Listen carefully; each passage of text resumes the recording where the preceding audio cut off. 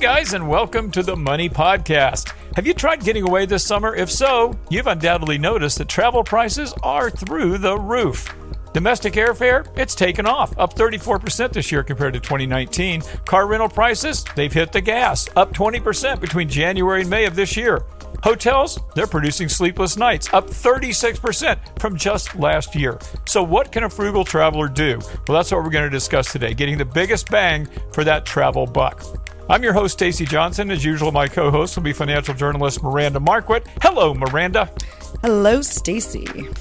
Listening in and sometimes contributing is our producer, Aaron Freeman. Hey, Aaron. Hey, let's take off. And this week, we've got a very special guest. It is Lee Huffman from baldthoughts.com and the host of the podcast, We Travel There. Welcome, Lee. It's a pleasure to be here. And Lee, the first thing I have to ask you is, what the heck is baldthoughts.com? You knew that question had to be coming. Oh, of course. Baldthoughts.com, it's my primary travel website where I talk about how to use airline miles, hotel points, and other different strategies like that to be able to save money when you travel. And so I'm bald, and so I think about a lot of things, and that just came up with Bald Thoughts. Now, so I just looked at it. I got to embrace the baldness, and Yes, I can see right now the reflections off my forehead, so I can pretty much qualify, I think, for your website. But for those of us who have way too much hair, like Aaron or Miranda, do they also can they also get onto your website? It's not just for bald people. Absolutely. Yeah, we don't discriminate against the people with hair, but we do prefer people with baldness, but that's just how we roll. I think that sounds totally fair. Now, but seriously though, how are you a travel expert? Give us a little bit about your background. So I used to work in financial services. I worked in banking for about 20 years. I worked in financial services also on the investment side, and I'm frugal, so I always wanted to be able to travel and go all over the world, but I didn't want to spend a lot of money. And so I've had the Southwest Companion Pass every year since 2007. And that's one of the best benefits I've ever found on the airlines, because wherever you fly, your companion can fly for free. And we've been doing that type of travel since my wife and I started dating. But the big thing was she wanted to go to Paris. And I said, baby, Southwest doesn't fly to Paris. And so, and so that really kind of made me go into the whole travel hacking and airline miles and hotel points world a little bit deeper. So that way I can figure out how to get my wife and me to Paris without spending a lot of money. And cool. I was able to earn so many miles and points that we also brought her mom and our 2-year-old child. And we were able to fly there for free in economy there and business class on the way back. So you voluntarily brought your mother-in-law and your 2-year-old. You're an interesting person. It was an experience, and it's pretty amazing. And now that I have my son and a daughter now, I always look at it as my job as a parent is to introduce them to the world and make them the best kids possible. And by experiencing other cultures, experiencing other foods, other ethnicities and everything else, I think just overall makes them a better person. I think you're right. I think that's awesome. Yeah. So now, but how long have you been doing the travel hacks? Well, I've been writing about thoughts for almost 10 years now. I've been doing all the travel hacking since 2006 and 2007. And I've been writing full time about travel after I left the corporate world 4 years ago. Cool. So you're going to tell us all and all of our listeners how we can fly around the world with deluxe accommodations for absolutely free. It's pretty close to free. Most airlines. You stepped right into my trap. Oh my gosh. I'm really happy about that. Most airlines, they do charge a little bit of taxes and fees. Like, if you fly domestically, you redeem your airline miles for a flight, they're going to charge you $5.60 each way. If you fly internationally, sometimes different airlines and different destinations charge taxes and fees as well. So it's not completely free, but you're probably going to save 90% plus. I was just saying that as a joke, and you actually are going to tell us how to travel for free. Well, before we get into specifics of that, Lee, tell me this: why are prices surging so much? What's going on here? It's actually a culmination of several different issues. One, obviously, when COVID happened, the airlines and hotels, they were freaking out because people stopped traveling, right? And they have all these big expenses and very little revenue coming in at that time. And so a lot of the airlines, they laid off or forcibly retired a lot of pilots and flight attendants and other crew. And then now that the travel demand is surging, they're kind of left with their pants caught down because they have all these people that want to fly and wanting to travel, but they don't have enough pilots. They don't have enough flight attendants to be able to staff all the different airlines, and so that's a big problem. And it's basically just simple economics at that point. You got a big demand, not enough supply, so prices have to go up. Does it make you hesitate to travel now when you see all these news stories about planes being full and flights getting canceled and the nightmare lines at the airports? And in fact, to everyone on our panel, is it keeping you guys from going anywhere? I know you're traveling right now, Miranda, right? Yeah. So I'm in Portland. But yeah, I mean, it's just part of it is, they're going to look at that, and you've got rising fuel costs. There's all sorts of things happening right now, and kind of people just sort of all of a sudden collectively just decided, I think we're going to travel again is what it feels like to me. And I don't think the hospitality industry was really ready for it. But yeah, even in my town, while I was in the middle of my move, I stayed in a hotel in my hometown, and a hotel that would have cost $125 last summer a night, $125 a night last summer cost $175 or even $200 a night this summer. So it's just there's just a lot going on, like Lee said. Well, at some point, it's going to keep people from traveling, isn't it? I mean, that's my hope, because I don't want to get caught in an airport. I don't want to sleep on the floor of an airport.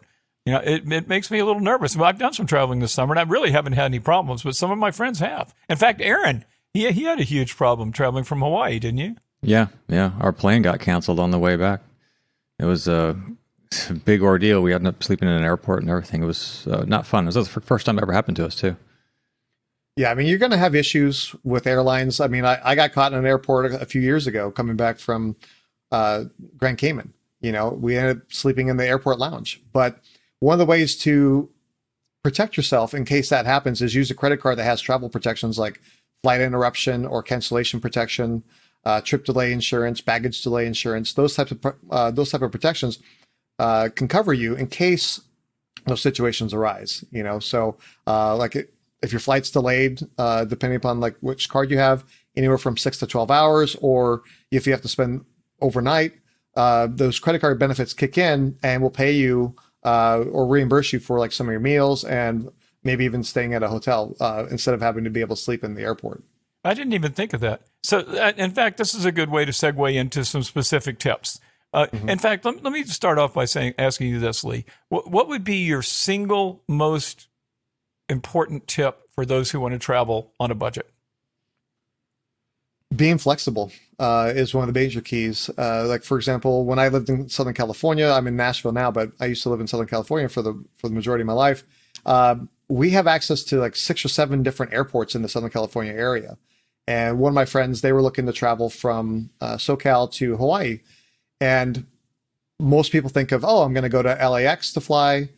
And with that, the cost would have been, I don't remember the exact numbers, but I said, hey, instead of looking at that, because it is pretty expensive for you, I know San Diego to Hawaii is a pretty good route there as far as being able to save money. And he looked at it and he found prices that were, I think, $400 cheaper per person. So for his family of 4, he saved $1,600 by going to an alternate airport. So looking at alternate airports, like here in Nashville, we only have one airport here, but I can drive an hour and a half south to be in Huntsville. I can drive 4 hours east to be in Atlanta. And so, it's going to be a little bit more inconvenient, but if it's going to save me a bunch of money, make it so that way I can fit that whole trip into my budget versus, overspending, it might be worthwhile to drive that 4 hours. So you got that. Also being flexible on your dates. Fortunately for me, I work for myself. I can work from home. I can work from anywhere, actually. I can change my travel dates around, not a problem. But, my wife doesn't have as much flexibility with her job. I don't have as much flexibility with my children's schedule due to school and sports. So it's a little bit more challenging. And I know a lot of people out there with their work, they have to request it from their boss, or maybe there's, seniority issues as far as being able to get the different travel dates you want. And so sometimes you don't have that flexibility. So it can be a challenge for some families out there. I got a question before we start. So according to Hopper, airline tickets are down 25% since May. Yes. So we're going into fall. Kids are going back to school. Is this a really good time to travel? And two, are people traveling more because the dollar has become better against other currencies? Yeah, you got a couple different things. One, obviously, right now it's kind of that off-peak sweet spot, right? Like my kids started school August 1st. A lot of other kids in other schools start around like between now and September 1st. So there's less demand in that September and October timeframe. But once you start getting into November, December, that's when obviously there's a lot more demand for the holidays. So if you can book or even travel during this period right now, that's a great time. Generally, most airlines allow you to book up to 11 months in advance. The further out that you book, generally you're going to get a better deal. Or if you can book within like a week or two right before that flight, that's also a great time to book because, once that plane takes off, if there's an empty seat, they can't recover that revenue. So they're going to try to find any amount of revenue they can generate to be able to fill that seat. So these are some tips. Oh, before I forget though, at the beginning of this conversation, you said save up to 90%. That's a pretty bold claim there. How are you saving 90%? Well, if you're using your airline miles to book book a flight, say in the United States, say if I'm going to fly to Miranda over there in Portland, I can use whatever miles that American or Delta or whoever miles I want to use to be able to fly there. And when I fly, I'm only paying $5.60 in mandated taxes. So for a round trip, that's $11.20 versus that flight itself is easily going to be, $300, $400, $500. So you got to generate lots and lots. And by the way, I'm on your team because I also am self-employed. I charge a ton on my American Express card every month for my business. So I have giant miles, 1 million on two different cards. But for those folks out there listening who don't do that, who are normal people and charge $200 a month, is the whole concept of points useless for them? No, not at all. There's a couple different ways to earn miles and points, right? First off, getting a new credit card gives you a bunch of miles or points all at once. You're gonna get the card, and you got to spend generally $2,000, $3,000, $4,000 in the span of like 3 months. And for most people, by the time you pay for gas, for your car, groceries, some utilities, those types of things, it's pretty easy to hit that mark and earn that bonus. Banks do have rules now where they kind of limit your ability to be able to get a bunch of new cards. So I generally tell people to get 1 or 2 new cards every year based on where you want to travel, which airline or hotel that you favor, etc. So there's that. On top of that, there are programs where you can earn even more miles and points just for doing the daily activities you're doing right now, because not everybody's ready to get a new card, right? Maybe your credit is not as good as you want it to be and you're trying to pay down debt and those types of things. Maybe you're getting ready to refinance your home or buy a new house. You don't want any additional inquiries on your credit report, so you're going to hold off there. So the other ways you can do things is whenever you shop online, and most of us shop online for the majority of things we do nowadays, right? Nobody wants to leave their house, and it's easier just to have things delivered to you. So instead of going directly to, like, say, Target.com, you go to a website like a Cashback Monitor and type in Target, and it'll show you all the opportunities to be able to earn airline miles, hotel points, or cash back for that transaction. Interesting. So, I never heard of this before. Say it again. Cashbackmonitor.com. So it's basically like an Expedia for your online shopping. It'll show you, here's all the different places that you can earn cash back, miles, and points. And if you kind of drill down a little bit further and get a little nerdy about it, it'll actually kind of show you the trends of over time. What are the rewards that you've earned? Is now a good time to buy? Or if you have flexibility on when you're going to buy something, maybe you wait and the bonuses are going to be a little bit higher. So you have that. And so generally, if you have like a preferred airline, like, I like Southwest is one of my favorites. You just bookmark Cashback Monitor, or you actually just bookmark the website for the Southwest Rapid Rewards shopping portal. And every time you go shopping, just click on that bookmark. And then there you go. You're going to be able to earn extra miles and points on your purchases. Awesome. Obviously, back to school is happening right now. And other holidays, obviously, we talked about Christmas and Thanksgiving. As you get closer to certain holidays, in addition to earning the regular bonuses there, sometimes they have additional spending bonuses based on, hey, back to school. If you spend $500 through our portal will give you some additional bonuses. So not only are you earning the rewards from your card, you're earning the rewards from the portal, and then sometimes you can earn bonuses based on certain times of the year. So that's a fantastic way to get extra miles for something that you're already doing anyways. Cool. I just want to let our listeners know that cashback thing was not a slide-in commercial or anything. We're not endorsing it. We're just letting people know about it. Absolutely. I was hoping we were going to make money on something. I guess not. You know what, you guys? This is a perfect interruption here, though, because we got to do we're going to take a quick break. Lee, I got a whole bunch of apps I want to ask you about Sure. on the other side of this break. But folks, he's bald, he's frugal, and he's going to be right back right after this. Okay, we're back. I just amuse myself sometimes, Lee. I can't help it. Okay.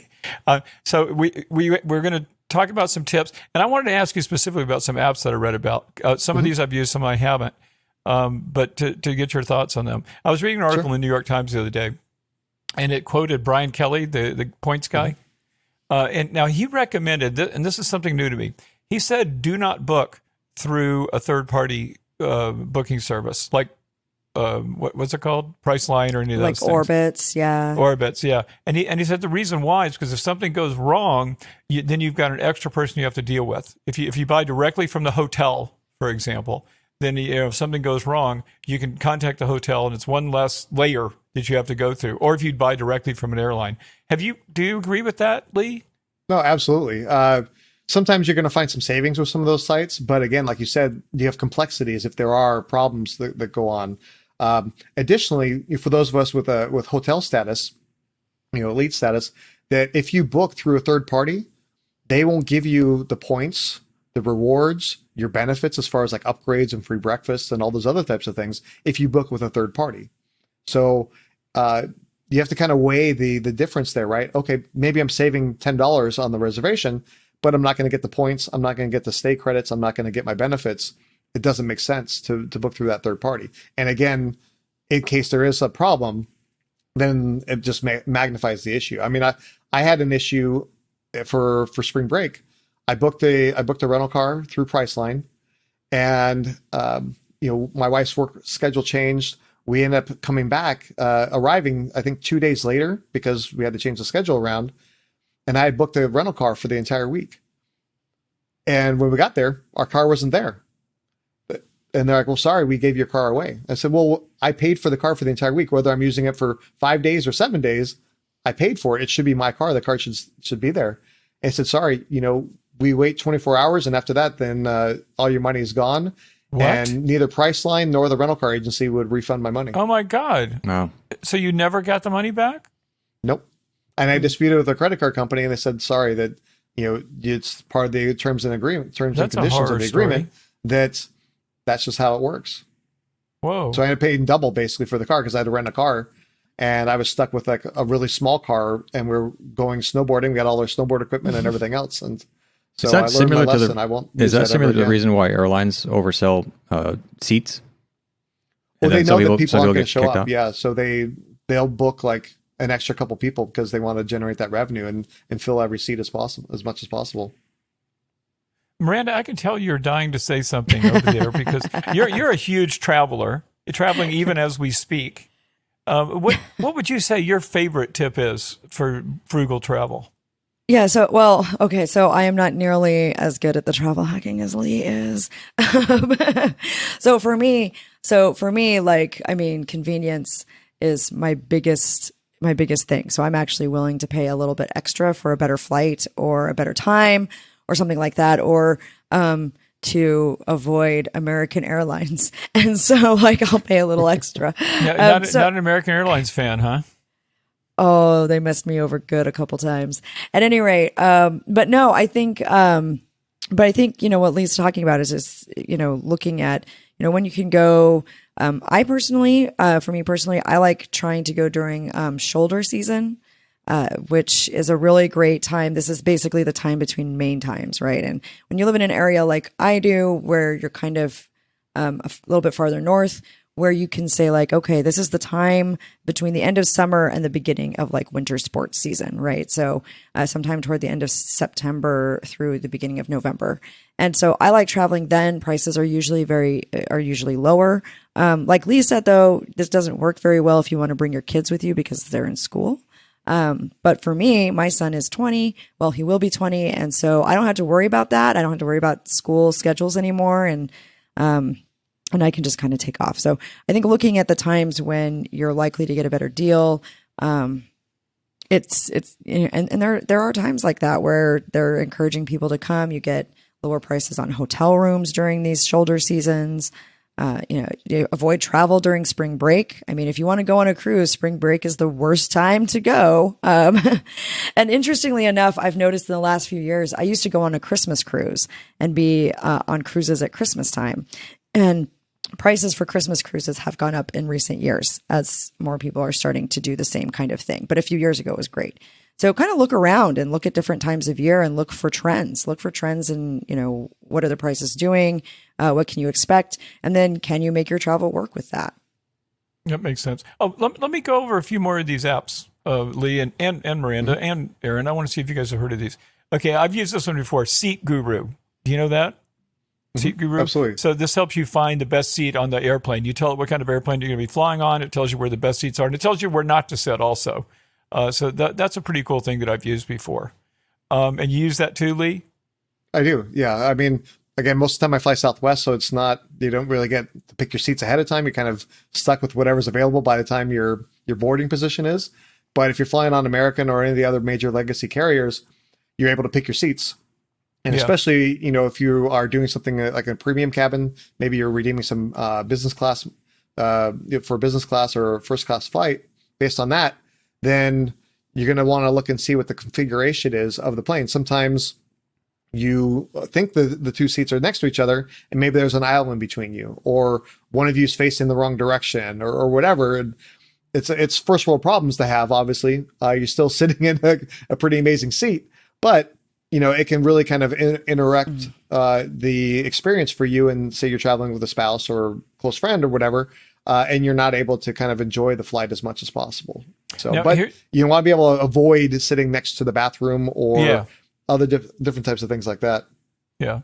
Now, if you're coming back from Mexico, you might want to be sitting next to the bathroom. You never know. But anyway, how about, how about this one? This just happened to me the other day. I was flying to New York. Pardon me. You know, the plane's not there. You're supposed to be boarding in 5 minutes, but there's no plane there. Mm-hmm. So you look out the window and, and they're not telling you anything, right? They're just letting you sit there. And every now and then they'll go, well, oh, ladies and gentlemen, we're not going to be boarding our flight yet because our flight's not here. Well, there's this, and I've not used these before, FlightAware and FlightRadar24. It's called FlightAware and FlightRadar24. These are two apps.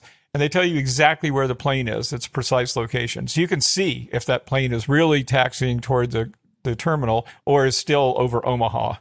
So that's kind of useful. Have you ever heard of those two apps? Yeah, absolutely. So basically what they do is they instead of just focusing on your flight specifically that's departing from your location, they're letting you know where that plane came from, And so unfortunately, because there is such little capacity in the kind of the airline system there, it can very easily create a ripple effect where a problem in another destination can affect flights all across the country, And so if you are having problems, it's good to know what's happening with your plane. And if there's a problem ahead, then you can get first in line as far as talking to the airline, the gate agent or like customer service and saying, hey, I see there's a problem. My plane is stuck in wherever, and we're not, our flight isn't going to leave when it's supposed to leave. I need to get to my destination because, or whatever reasons. And that way you can talk to them about switching flights before everybody else finds out. And next thing you know, all the capacity is gone for you to be able to get on a different flight. Yeah.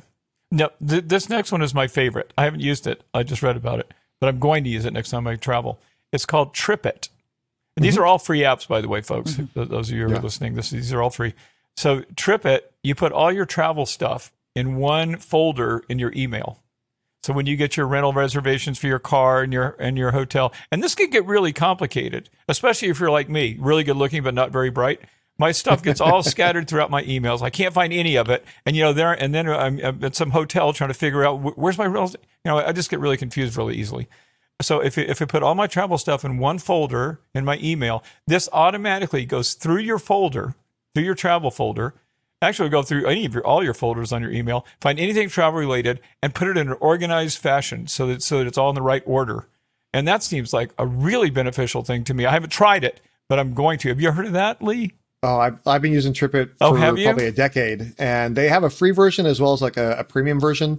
For the most people, the free version is going to work just fine for you. And it's as cool as I just described? Absolutely. And so if you sync up your Gmail account with it, it'll automatically pull reservations. But if you have other different types of email, like say your corporate email or whatever, you could just forward the reservation to TripIt, and it'll automatically compile your trip together. I love it because, it's your planes, your trains, your hotels, your events, all those different reservations can all go in there. And then a lot of times we were just talking about, finding out if your plane is delayed or whatever.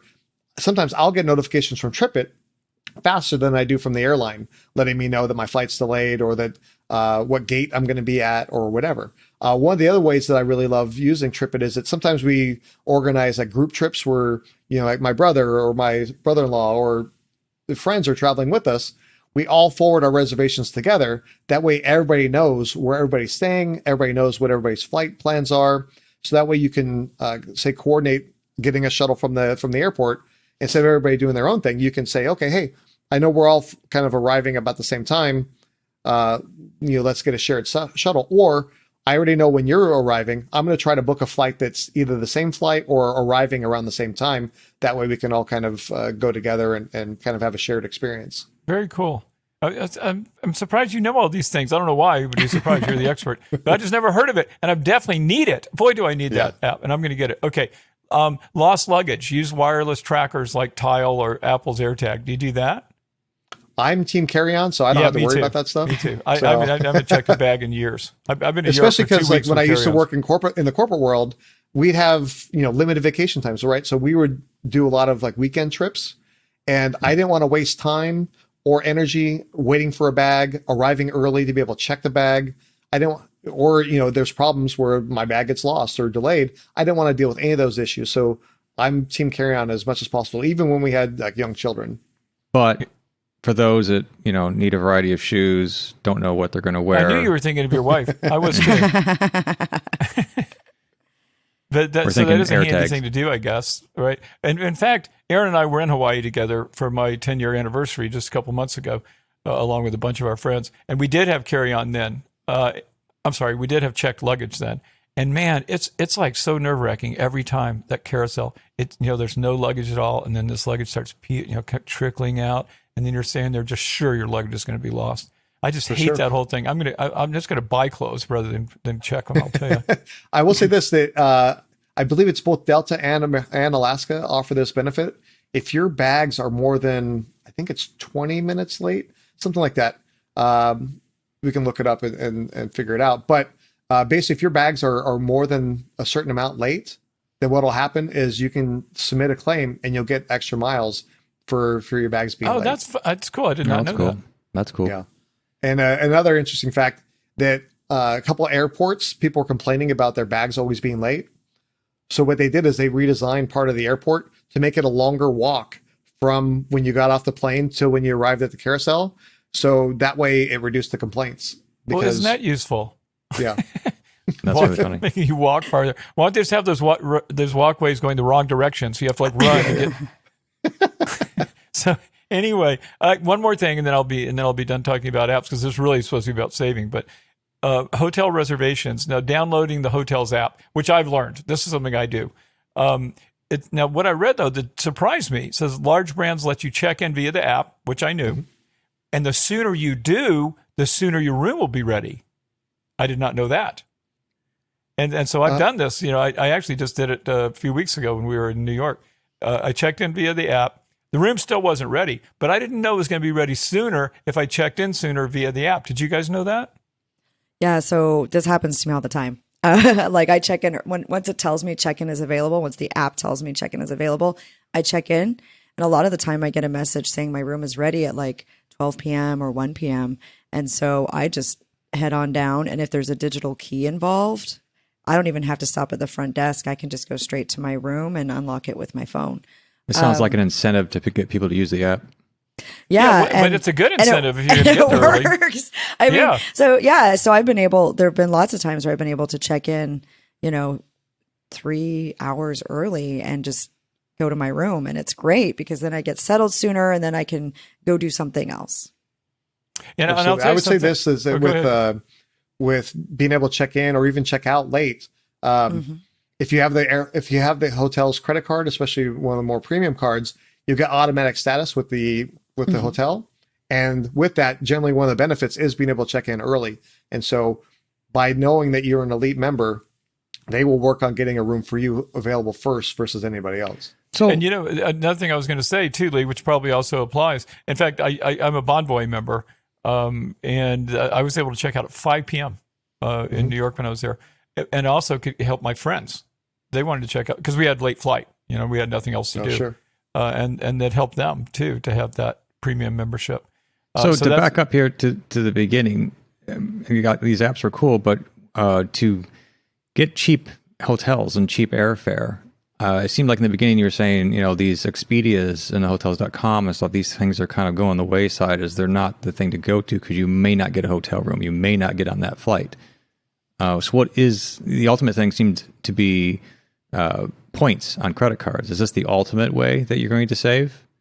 Yeah, that's the best way to save money when you're traveling is using your miles and points. A lot of people will look at the miles and points and they'll say, I don't have enough to book the entire trip. And the average person doesn't necessarily spend enough, or do enough activities to be able to pay for an entire trip for a family of 4 or whatever to go someplace. I look at it as it's still a win if you can pay for, say, 2, 3, 4 nights of your trip with points, or, you can pay for like one way, for your family to go, or even just pay for a couple members of your family using those points and still then pay cash for the rest. So even if you save $500 or $1,000 on a trip, that's still a huge savings for the majority of people out there.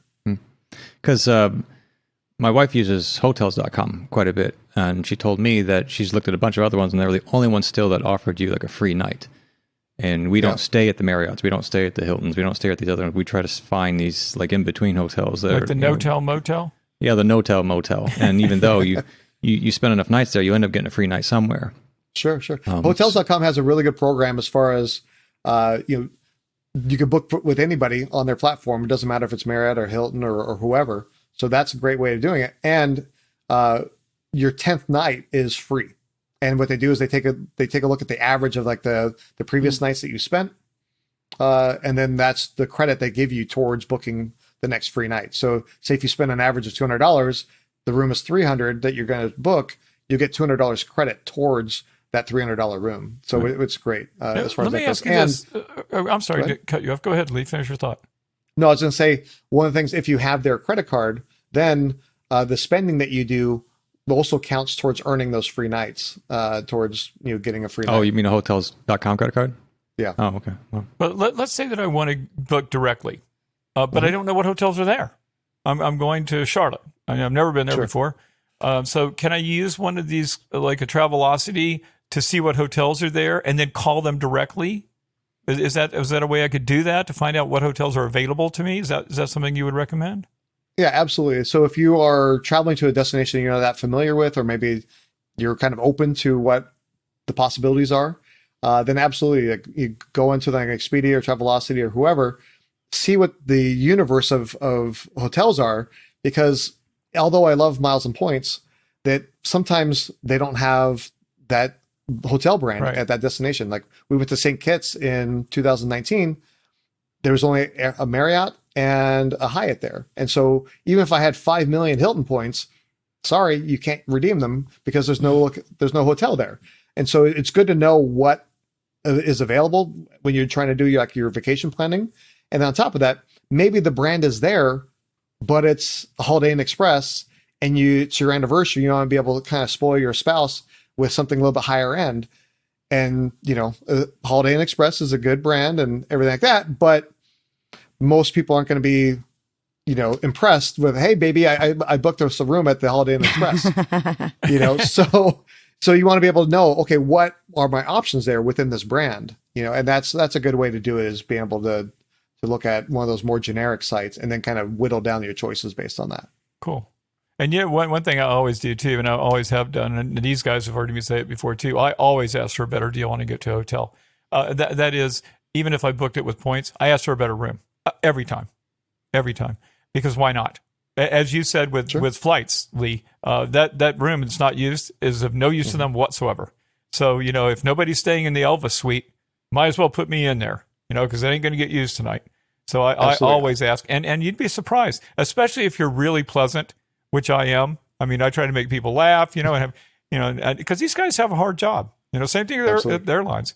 The nicer you are, you might find yourself in first class one day just with a smile, and you might find yourself in the Elvis suite the same way. So I would say there's a stronger likelihood of getting a room upgrade than there is getting an upgrade on your flight. No question. Nowadays with the flights, they'd rather it just be empty than give it to somebody just because they're being nice. Most of the time, if they are going to upgrade somebody, they're going to upgrade somebody that's an elite, that's spending a lot of money with the airline. But as far as the hotels go, whenever I book something, I'm always celebrating something. I'm celebrating my wife's birthday, my birthday, anniversary. Are you lying, Lee? Are you telling them a lie? No, I'm not lying. I'm always celebrating something. Oh, okay. I'm celebrating. I thought you were just saying you would just say whatever. No. I find a reason to celebrate. I'm celebrating that my wife and I finally get a night away from our kids. Okay. Whatever the reason you're celebrating, give them a reason. And a lot of times you'll get like something nice in your room, or an upgrade, or a bottle of champagne, or whatever when you check in. Cool. I've tried I just got out of prison, and it doesn't work at all. Don't do that. You know what, you guys? We're out of time. It is my fault. We ran way over. Anybody have any really last minute important ideas that we need to tell our listeners? Anything really important? I would say the last thing is, I love you with the miles and points, but you don't want to spend all that time and effort earning them and then let them, expire, right? So it was like anything else, whether it's your personal finances or your miles and points or whatever it is. If you don't track it, you can't measure it. One of the apps, you're talking about apps, one of the apps I always use is called Award Wallet. And there's some other ones that have come out since then. But Award Wallet, basically you enter in your login information for all your different airlines and hotels and other loyalty programs, put your information in there. It'll track all your miles and points for you and let you know every week. They'll send you an email saying, hey, here's how many miles and points you've earned or how many you've redeemed this week. And by the way, here's some things that are getting ready to expire. Make sure you use them before they expire. Cool. Awesome. In that case, we'll go ahead and shut it down. But I want you guys to remember, though, that my mind travels. We were talking about traveling, my mind travels, so we didn't get to cover everything we needed to. But the good news is that everybody on this podcast has links to lots more information. In any case, though, we're out of time. We're never out of topic. Dig a little deeper. You're going to find lots of links. And remember, if your goal is to make more to spend less, retire rich, your online home is moneytalksnews.com. And don't forget to check out Miranda's online home as well. That is mirandamarquit.com. And of course, you want to see Lee at his website. He's bald, and his website is baldthoughts.com. Got a question, comment, or topic you'd like to suggest? Email us, hello@moneytalksnews.com. And one last thing, if you appreciate what we do, then do something for us. Subscribe to our podcast. Takes you 2 seconds, helps us though. So if you like us, show us and subscribe. I'm Stacy Johnson. I'm Miranda Marquit. And my website's going to be called Airfare. As it should be. And Lee, thanks again so much for showing up. You're a wonderful guest. We hope to have you back. Thank you so much. Okay, guys, thanks for hanging out with us. We'll see you right here next time.